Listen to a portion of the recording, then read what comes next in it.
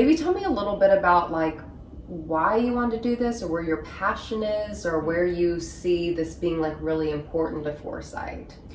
Right. So what I find really interesting about the space is, for me, has been bringing a bit more of a design centric, say, posture to futures and future students, because I've been doing sort of the opposite, where I've been teaching recently, more teaching design students futures and more of the basics, and understanding the opportunity for sort of synthesis and hybridity between the two methods. Like, how do you actually bring that together? And so really, with design futures, we talk about the relationship is really born out of a certain sense of anxiety from both the fields, right? So in futures and strategic foresight, there's always been this lingering sense that we haven't actually been able to make that positive change in the future. And we've been talking about these climate change for 40 years, and nothing's really changed, arguably, right?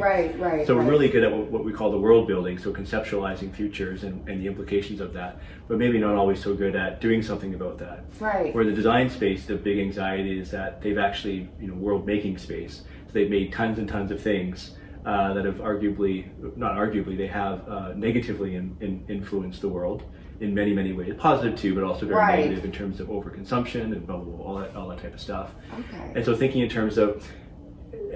for design people, thinking in terms of what are the actual implications of what they're doing, and how do they think a little bit broader and longer term in terms of what it is they're actually doing with the skill set that they have, and is that going to create positive or negative change in the world? So the idea is that you bring those two together, and you say, okay, we've got the world building and the implications and the long-term horizon thinking, and we've got the ability to materialize and make stuff in the world.